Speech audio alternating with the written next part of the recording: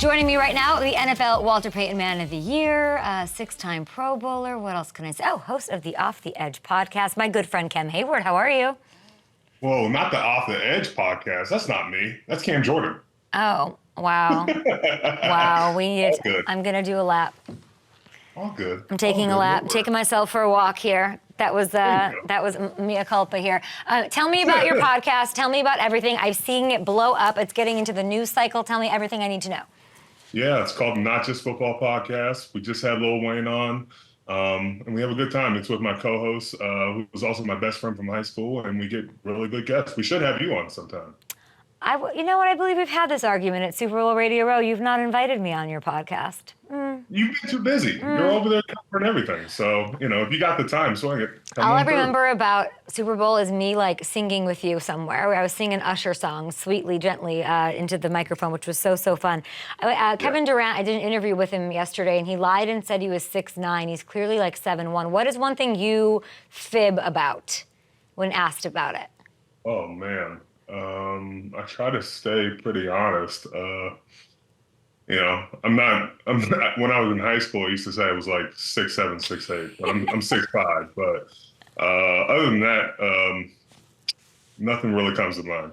Nothing really comes. Honest man, that's why you're the Walter Payton Man of the Year, which we love. You have a few teammates in town. How has it been getting to know Russell Wilson and Justin Fields? They're awesome. I think they all come from different backgrounds. Russ is more of a seasoned guy, being from the West Coast and then going over to Denver. He's seen it all. It's nice just picking his brain. Our families have gotten to know each other. And then Justin, he's my Buckeye. So, he already has a special place in my heart. So it's an honor to have him here. Just getting to know these guys. They're great guys. They compete. And it makes for better practices. Is it a quarterback competition? You're asking the wrong guy. They throw the ball well. That's all I can tell you. If you're asking me to decipher who's the better quarterback or if it's a competition. No, I'm not. I'm just asking. I think people say it's not a quarterback competition. It's going to be Russell Wilson. When I'm excited about the quarterback competition that's going to happen. Well, when you come to Latrobe, everybody's competing. So, if you guys come out there, I think you're going to be seeing these guys try to put on a show on our defense. And best of luck to them because we're not going to give them many favors. You guys made the playoffs last year, an incredible accomplishment, lots of adversity, big offseason. Yet I'm still seeing stuff that it's just disrespectful, that y'all are going to finish last in the division, all these things. What is it? What would you like to say to people who are overlooking your Steelers? Just stay tuned. We got a lot of work to do.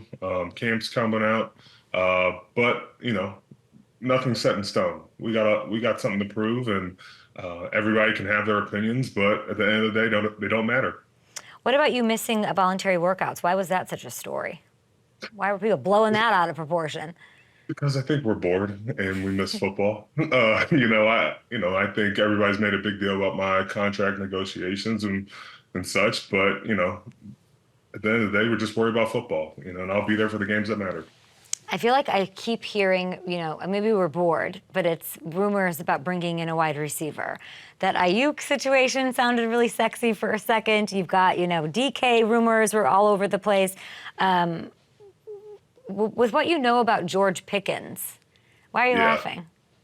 Because you called it sexy. I don't ever think a trade is sexy. So ever? No, I'm not calling it trade sexy. If y'all got Brandon Ayuk, that would be a little sexy little pickup. I'm not calling it sexy. That's just not what I do. I don't call another grown man sexy. That's just not my. Yeah, well, we're not calling excuse me. I'm not calling Brandon Ayuk sexy, though he very well might be. I'm calling the trade, the flash. Are you kidding me? The route running that he would bring to whoever might be throwing him the ball there after said quarterback competition in Latrobe. I think that'd be pretty cool. But if you're George Pickens, I'm like, hey, I'm right here. Yeah, and there's plenty of balls to go around. George, Pat Freiermuth, our running backs out of the backfield, even Van Jefferson. These guys are going to demand the ball. We got to give them the ball. And so some of that comes to staying on the field and have a lot of success. And I think we have the offense to do it. Cam, you have sacked almost every Heisman winning quarterback that has come into You F yes. Yes, not Cam Jordan, me. You've sacked almost every Heisman winning quarterback that's come into the league since 2010. You are missing two, Yes. Bryce Young and Jameis Winston. My friend, you play both of them this season. What do you got? I would love to add them to the collection. It's like Thanos collecting the Infinity Stones. Just want to pick this one off, and it's a cool feat to talk about. These are all guys I've admired throughout my college career and NFL career. So it's a great cast of characters, and we'll just keep at him. Luckily my guy CJ Stroud didn't get there because I would try to get him a little bit more too. Yeah, I'm sure you would.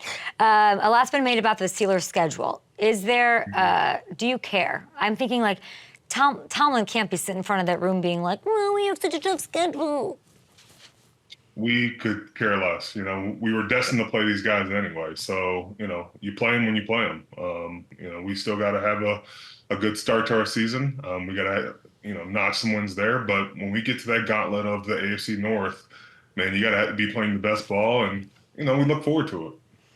Week 10 to 18, you play a team that made the playoffs every week. Goody. Looking forward to it. Let's go.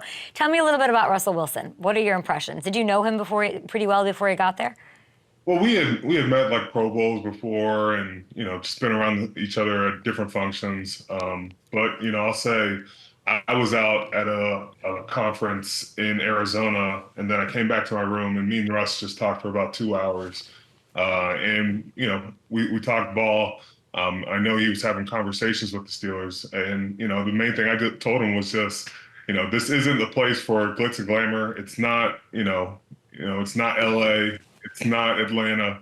This is a place where the gladiators come, and we're going to compete every day. And just hearing from him, he was receptive to that. He wanted to compete, and I think just getting to know him, he's so detail oriented.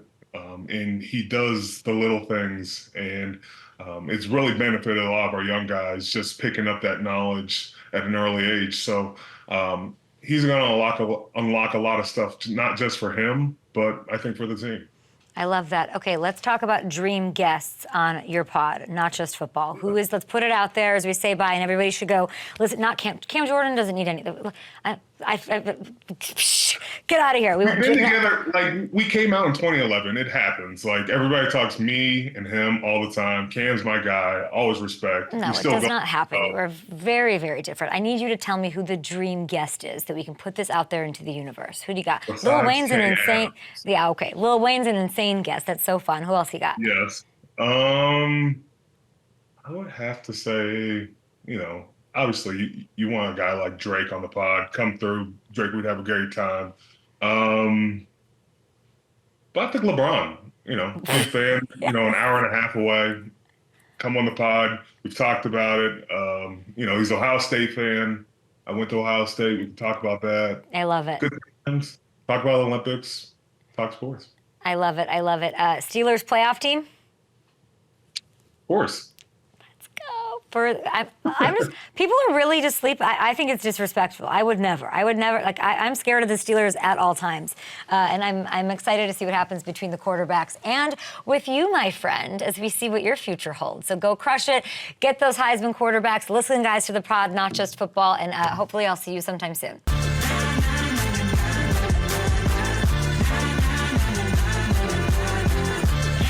Okay, Sham Charania just did a walk-off as if he was Tom Brady retiring and getting his number retired at Patriots Place today.